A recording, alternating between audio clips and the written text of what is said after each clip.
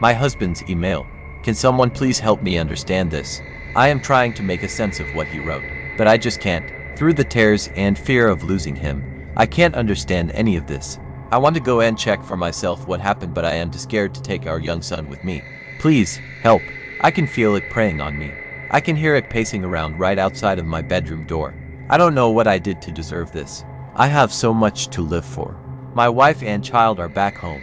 God, I will never be able to see my son grow, to teach him baseball or football, to teach him how to drive and, hopefully, to make him love cars as much as I do. To see him graduate and become such a talented professional that I know he will be. My dear Angela, I am sorry I won't be there for you. I am sorry I won't be there for you when you need me the most. I promised you that we would be together for eternity, and we will be. I will always be watching over you and Tom. I hope you can somehow feel me, and forgive me. Please, love our son for both of us. Move on with your life, find yourself a new partner to cherish happy moments with, someone good for you and Tom, good like I was never able to be. Hopefully, you won't forget me, but if you do, that's okay.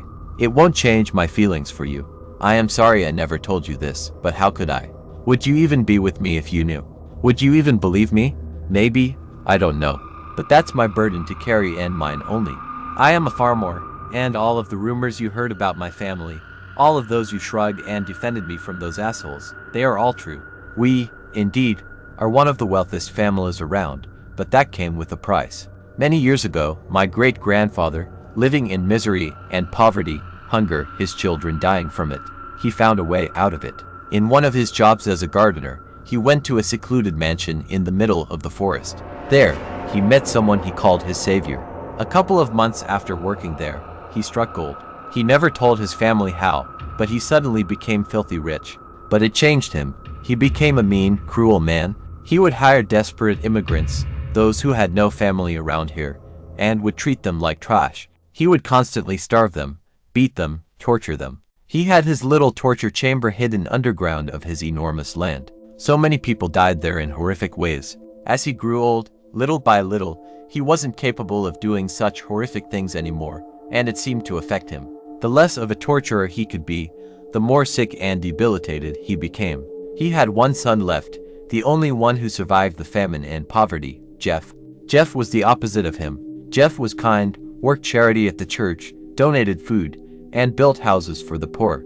He had no idea of what his father was. But, after his father's death, Jeff became colder and colder as the days passed. The workers at their farm were relieved when his father died, but it didn't last long. Shortly after, Jeff started giving them less and less food. He started hurting them a little here and there. A punch, a kick. But suddenly, the tortures once again resumed. Jeff, my grandfather, had a son, Thomas. My beloved father, Thomas, was nothing like Jeff or my great-grandfather. I grew up on that house with him and Jeff. My mother left us when I was 2 years old. I think I can now understand why. I think you remember, how could you not, what happened last year? My dad, who was caring for my grandfather, killed himself. I couldn't understand why. He was so full of life, so excited to see his grandchildren growing. But he did, and he left Jeff, bedbound, for me to care for. I never liked the man, but I couldn't leave him to die, so we moved to this godforsaken town so we could live near Jeff. Little by little, I was creeped out more and more by him. He would say odd things like it was my destiny to become it, and that was our family's legacy. I thought he was going insane. One day, I was exploring the vast mansion, and I found my dad's room. It was eerie and creepy to see his photos, our photos, just there, gathering dust. I should have been more present in his life after I left for college and work. There, sitting on his bed, was a weird old book. At first glance, I thought nothing of it, but naturally, I was curious.